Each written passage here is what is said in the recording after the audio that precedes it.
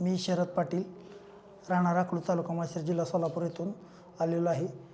मी 3/10/2013 रोजी मी ओम शिव आरोग्य केंद्र व्यसनमुक्ती केंद्रात येऊन मी डॉक्टर देशमुख साहेब यांच्याकडून औषध घेतलं होतं. आज तागायत मी दारूला स्पर्शही केलेला नाही.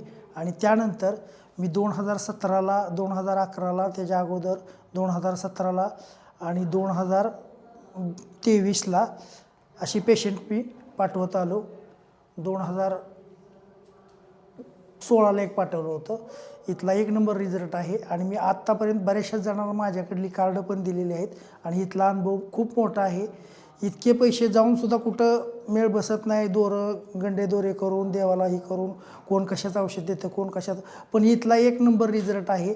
तो 1001% आहे. 101% म्हणण्यापेक्षा 1001% आहे. असा मला स्वतःला अनुभव असून माझ्या नातेवाईकांना आहे, माझ्या अगोदर घेतलेल्यांना आहे, माझ्यानंतर.